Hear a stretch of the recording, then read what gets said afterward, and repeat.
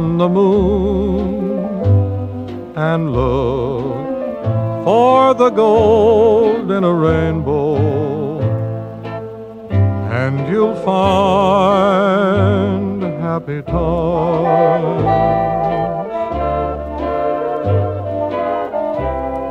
You'll hear a tune that lives in the heart of a bluebird. On August 2nd, 1939, Albert Einstein wrote to President Franklin D. Roosevelt. Einstein, along with several other scientists, warned Roosevelt of efforts in Nazi Germany to purify uranium-235, a substance that can be used to create the very first atomic bomb. The United States reacted quickly to this threat, as the government began what is known as the Manhattan Project. The Manhattan Project was committed to putting a working atomic bomb in the hands of the U.S. At the time, the United States believed that it was simply creating a weapon. However, in the long run, they would ultimately be changing warfare as it once stood. After 6 years and $2 billion worth of development, the first atomic bomb, also known as the Gadget, was in possession of the U.S. government. On July 16, 1945, America would finally be able to see if their work paid off. The bomb was detonated in Los Alamos, New Mexico, and it exceeded all expectations.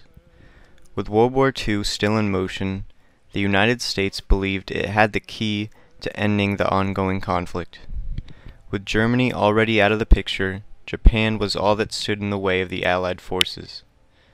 On July 26, 1945, the United States brought forth the Potsdam Declaration, which warned Japan that it would face destruction if it did not surrender.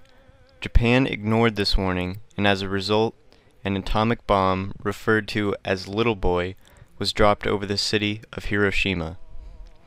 Only 3 days later, on the 9th of August, a second bomb, known as Fat Man, was dropped over the city of Nagasaki. Collectively, more than 200,000 Japanese people were killed, and it left the world in awe. Shortly after the bombings, Japan surrendered, and the war was over just like that. While the bombings at Nagasaki and Hiroshima certainly shocked the world, nuclear weapons were still at an early stage of development. After the attacks, other countries of the world raced to build atomic bombs of their own, as it quickly became clear that without nuclear weapons, a country was defenseless. Planes, tanks, ships, submarines, guns, and explosives all became overshadowed by the atomic bomb. War took on a new face that was defined by nuclear weapons. Since 1945, over 30 countries have gained possession of nuclear weapons, some of which possess over 100 nuclear weapons. And while the bombs dropped on Hiroshima and Nagasaki were enormous, their effects can't even compare to those of modern-day nuclear bombs. Bombs from the 1940s could only destroy cities or towns, whereas modern bombs are capable of destroying entire regions. Take 1,000 of those bombs, and you're capable of destroying the entire world. Both Russia and the US currently have an arsenal capable of destroying the world multiple times. Now that nuclear weapons have made their presence clear, war has been fought in different ways. If a country has possession of nuclear weapons, it is essentially protected from any sort of invasion. The Cold War, which transpired after World War II, involved hardly any conflict at all, just because of nuclear weapons. Both the USSR and the United States had a large supply of nuclear weapons, and that fact was ultimately what resulted in the lack of any physical fighting. If the US were to invade the USSR, the Soviets would have had a reason to bomb the Americans. What emerged from the Cold War was a policy known as M.A.D, or Mutually Assured Destruction. The concept of M.A.D involves a situation in which two opposing sides are in possession of multiple nuclear weapons. The idea is that if one of those countries invades the other, victory is made impossible by nuclear threat. Instead of handing a victory to its enemy, the losing country can simply launch a few nuclear missiles. The other country responds by launching a few missiles back, ultimately resulting in mutual destruction. Both sides become victim to the effects of nuclear weapons, and neither side comes out the victor. Ever since the emergence of ideas and policies such as M.A.D., war casualties have dropped immensely. In World War I and World War II, there were an estimated total of around 520,000 U.S. casualties. Since 1945 and the rise of nuclear weaponry, only a total of 100,000 U.S. casualties have been reported.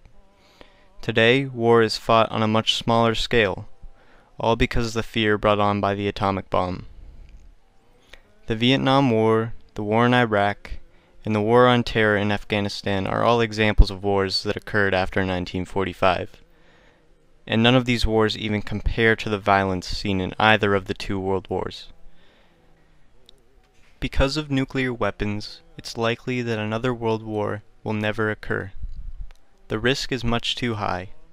No country wants to be responsible for the end of the world, and while many countries possess atomic bombs, their main purpose is to simply give a country its credibility. That being said, nuclear weapons still pose a major threat for the world. If the wrong country or the wrong person gets their hands on a nuclear weapon, it could mark the end of the world as we know it. Even if a single country has the courage to get its hands dirty, every other country and its allies will be forced to do the same.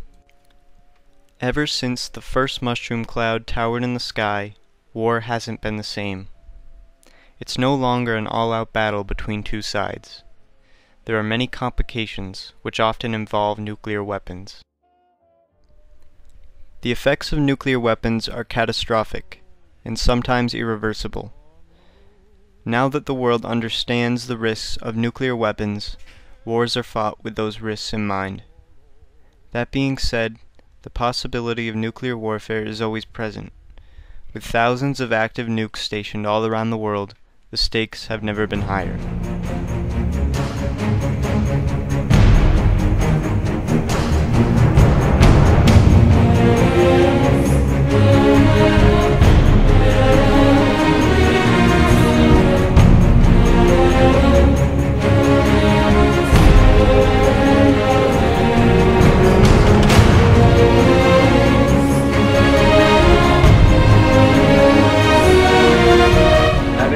The atomic bomb, we have used it.